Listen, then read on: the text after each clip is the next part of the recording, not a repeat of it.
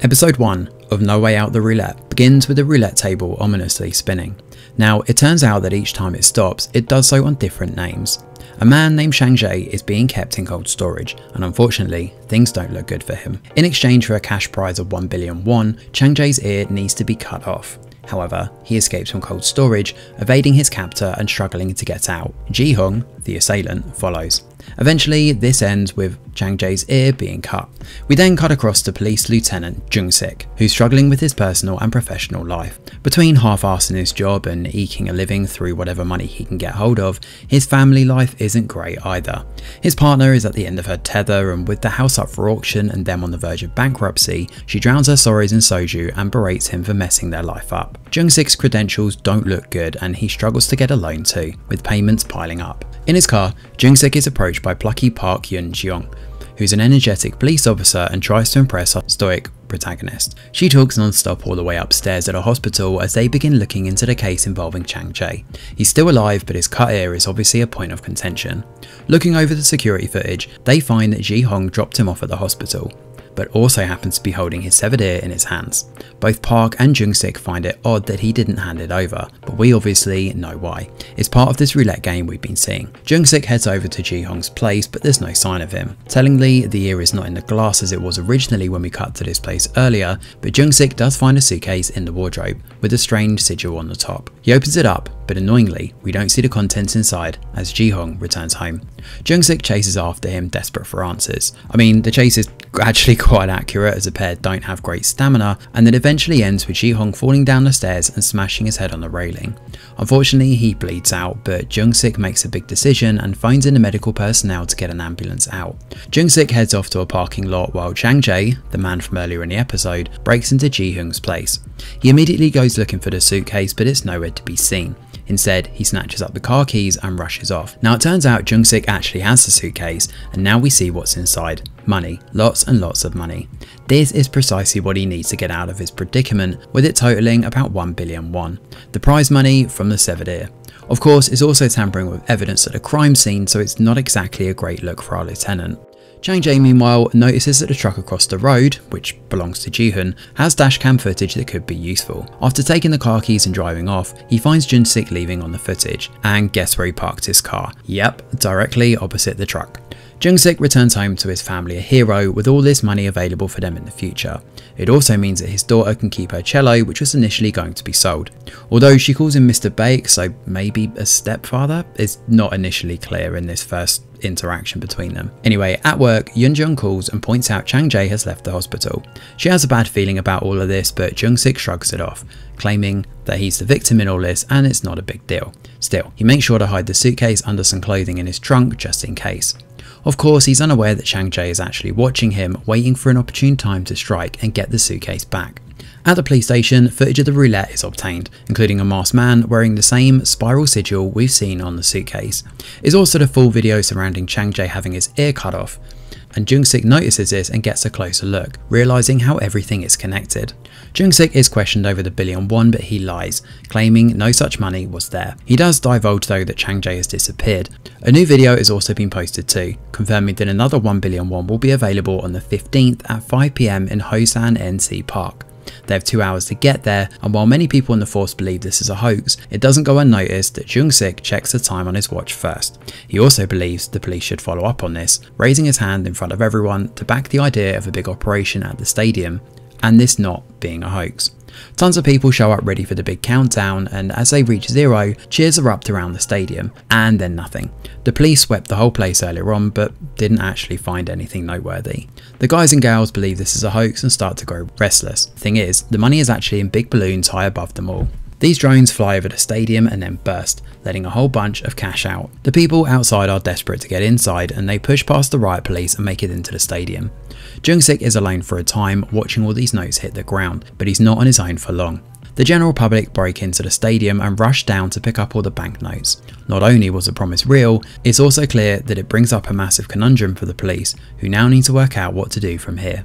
The people continue to pour in, and what starts as ecstasy soon turns violent as the people fight over the money. Spiral, that's going to be my personal name for the masked man here, watches all of this from his lair, wherever this may be. In the aftermath of everything, numerous people end up at the police station, sporting injuries as a result of this crazy riot. In the middle of questioning everyone, there's another video released to the general public. Spiral implores all of them to stop posting stupid comments and to reach the next round. The roulette table spins once more and it lands on the name Kim Guk-ho. He's currently in jail, scheduled to be released in 3 days' time. Well, in exchange for 20 billion won, it lands on the word kill. So if Guk-ho is killed, the winner will get 20 billion won. Even if they're caught, the money will be handed over, but if Guk-ho kills himself, the money will be doubled for the next round. Either way, the games have begun. Episode 2 of No Way Out the Roulette switches things up as we start with a flashback all the way 13 years ago. A kid called Lee Min-jin is kidnapped by Kim Guk-ho, drugged in the back of the van and taken out to a secluded spot under a bridge. He rapes her before checking over his booklet, which happens to hold a list of his conquests. However, Min-jin ends up dying as a result of all of this. Min-jin's body is found in a river the next day while Guk-ho is taken into custody. Due to model behaviour, he has 2 years shaved off his initial 15-year sentence and he's about to go free. Given his crimes, you can understand the hatred from the general public here. The police brief over what to do next, and it seems like they've been trying to nail the IP address for Spiral, the masked guy. You guys know the drill by now. However, it keeps moving around and their efforts have been futile up until this point. The chief calls for urgency and demands they track down Spiral, imploring them to work as hard as possible to nail this guy so there's not a murder on their hands. Over at Hosan prison, we learn that Guk-ho is one of the more docile and agreeable inmates out of everyone. Guk-ho tries to talk to the warden, who's joined by Detective Zhang and his colleagues. Zhang reinforces that he's in charge here and that he's going to escort the guy home safely. Given there's a hit out for him and he doesn't know about the roulette game, they've got no choice but to keep him safe. The detectives aren't exactly happy about this arrangement, but they do their job all the same, despite the riotous mob outside. In fact, a few from the crowd immediately blast through the ranks with a knife and try to kill him. The police manage to bundle Guk-ho in the car though before it's too late. The van is pelted with eggs, but the hostility from the crowd, along with Guk-ho's crimes of course, are still very much a talking point in all of this. Guk-ho has a statement to read for the press, but when he finds out about the 20 billion won reward for his death, he can't stop laughing. He's completely incredulous over the whole thing and eventually berates one of the detectives. He points out the constitution and how he's done his time and technically no longer needs to be tried for his crimes. Just before he eats, Guk-ho rips up his jacket to make himself look more beaten up and makes a statement to apologise profusely to all the families for his crimes. He cries too, bowing and dropping to his knees, wailing to the heavens. When he's taken inside, Guk-ho chows down on sushi and is given the terms of his release, with an ankle monitor for good measure. While Kim Guk-ho is kept inside and protected by the police, a press statement is released promising that anyone who interferes or tries to kill Guk-ho will be tried as a terrorist. However, that doesn't stop hate mail from being sent over. Guk-ho ignores all of this, but through everything we cut across to Min-jin's parents. They're a lot older now, with Min-jin's father suffering from mental illness and her mum in late stage liver cancer. They literally have nothing to lose, so Min-jin's mum sets out to gain her revenge. A car shows up outside Guk-ho's house, which happens to be driven by Yeonju's attorney. Yeonju happens to be Guk-ho's wife from before, and they're here because Guk-ho refused to force papers or visitations in prison, and now he gets to actually pass it over to him in person. Guk-ho is not happy with this and calls out the attorney for his rudeness. It turns out Guk-ho actually has a song, Dong-ha, who no longer looks at him as a father.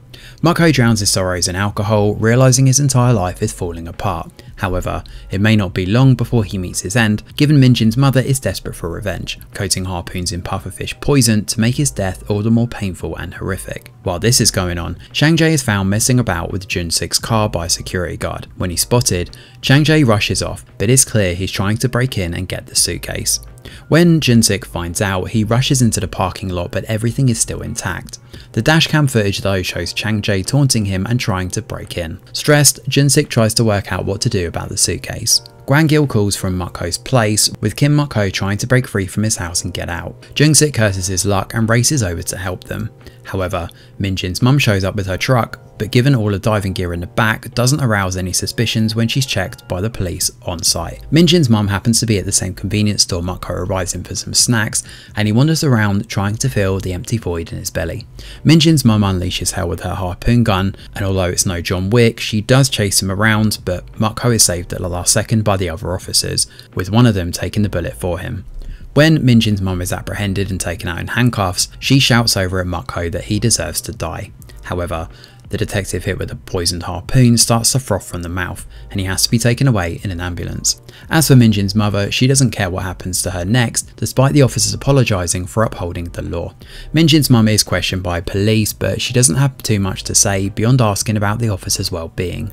Interestingly, Minjin's father finds a suitcase outside the house with a spiral on, which seems to indicate there's cash inside.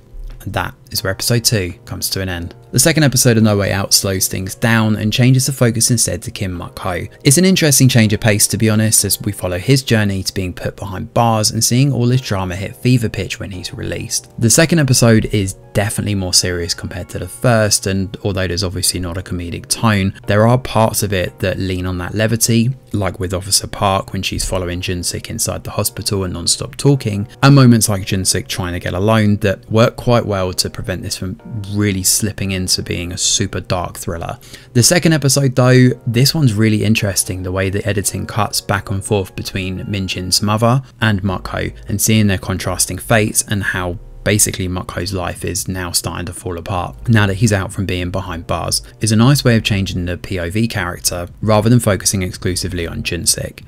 The moral implications of this are pretty interesting too, if I'm honest, with the police begrudgingly doing their job but clearly not happy about protecting a rapist. Sure, he did his time for the act, but he's also been tarnished with this scarlet letter now for the rest of his life. And while Muk-ho's world falls apart, seeing Minjin's mother and father in such a state really does go to show how deep that pain goes and how badly Muk-ho messed up their family. I mean, we learned through some pretty good exposition that obviously the father is suffering from mental illness and Minjin's mother has late stage liver cancer, so it makes sense that they would take up this 20 billion won offer and try to kill Muk-ho. And the fact that they actually received a briefcase of money despite not killing Muk-ho does seem to indicate that whoever is doing this is definitely in on this game somewhere. It could be that they're either filming everything from afar, they could be one of the police officers because of course they would have been aware of Minjin's mother being there and inside the convenience store, or even someone close enough in the crowd to keep an eye on everything and work out who deserves the money and who doesn't. Although one could also say that they could be using drones, because we saw that with the stadium where we saw Spiral looking over everything that was taking part in the stadium, so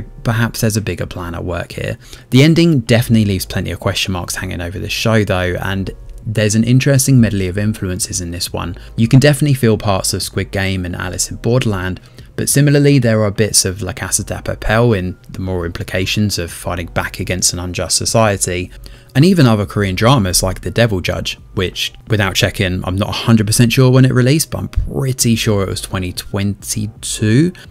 Within that, obviously it parodied the idea of, you know, public trials and the idea of turning that into a spectacle rather than actually dishing out the law, which again is something else that No Way Out does pretty well across both episodes actually, to be honest. It's been a decent thriller so far, and this one definitely has potential to stand out, but hopefully next week's double bill will follow suit, but for now we'll have to wait and see. Thanks for watching, and do let us know your thoughts in the comments below. Smash a like or subscribe to the channel, your support is very much appreciated. I'm Greg Wheeler, and from all of us over here at The Review Geek, we'll see you on the next video.